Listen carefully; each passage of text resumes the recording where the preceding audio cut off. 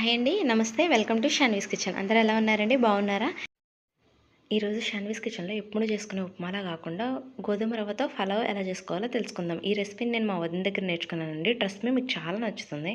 వేయించుకుని ప్యాన్ పెట్టుకుని ఒక స్పూన్ నెయ్యి వేసుకుని, నెయ్యి వేడెక్కాక 4 జీడిపప్పులు వేయించుకొని పక్కన పెట్టుకోండి. అదే ప్యాన్లో కొంచెం నెయ్యి వేసుకుని 2 గ్లాసులు ఉప్మా రవ్వ వేసుకుని వేయించుకుని పక్కన పెట్టుకోవాలి. ఇక్కడ ఇద్దరు మనుషులకు బ్రేక్ఫాస్ట్ సరిపోయే విధంగా కొలతలు చెప్తున్నాను.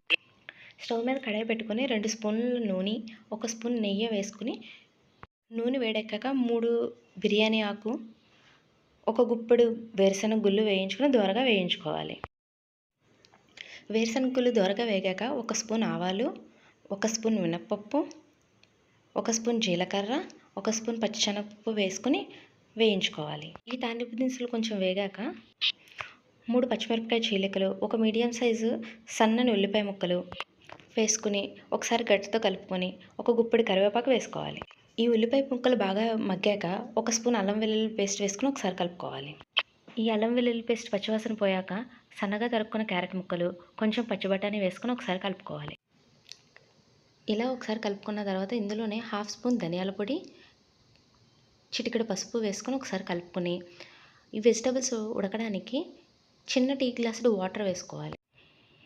ఈ వెజిటేబుల్స్ ఇలా 70% ఉడికిన తర్వాత ఒక మీడియం సైజు టమాటా ముక్కలను వేసుకొని ఒకసారి కలుపుకొని కొంచెం మగ్గనివ్వాలి. ఇదిగోండి, ఈ విధంగా టమాటా ముక్కలు కూడా మగ్గిపోయిన తర్వాత ఇందులోకి ఎసరు వేసుకోవాలి. నేను ఇక్కడ 2 గ్లాసుల రవ్వకి 4 గ్లాసులు నీళ్ళు వేసుకుంటున్నాను. 1 స్పూన్ ఉప్పు, ఉప్మా మసాలా పౌడర్ వేసుకుంటున్నాను. ఈ మసాలా పౌడర్ ఎలాగంటే 2 లవంగాలు, 2 యాలకులు, 1 దాల్చిన చెక్క కచ్చా పచ్చాగా దంచుకొని మసాలా పౌడర్లా చేసుకుని అది ఇందులో వేసుకున్నాను. ఇప్పుడు మరుగుతున్న ఎసరులో మనం ముందుగా వేయించుకున్న జీడిపప్పు వేసుకున్నాను. ఇలా మరుగుతున్న ఎసరులో మనం ముందుగా నెయ్యిలో వేయించుకున్న ఉప్మా రవ్వని ఉండలు కట్టకుండా తిప్పుతూ కలుపుకోవాలి.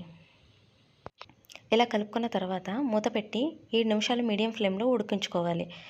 7 నిమిషాల తర్వాత మూత తీసి 1 గుప్పెడు కొత్తిమీర వేసుకుని స్టవ్ ఆఫ్ చేసుకోవాలి. అంతేనండి, ఎంతో రుచికరమైన గోధుమ రవ్వతో పలావ్ రెడీ అయిపోయింది. ఈ గోధుమ రవ్వ పలావ్ మీ ఇంట్లో మీరు ట్రై చేసి మీకు ఎలా కుదిరిందో నా కమెంట్ సెక్షన్లో కమెంట్ చేయండి.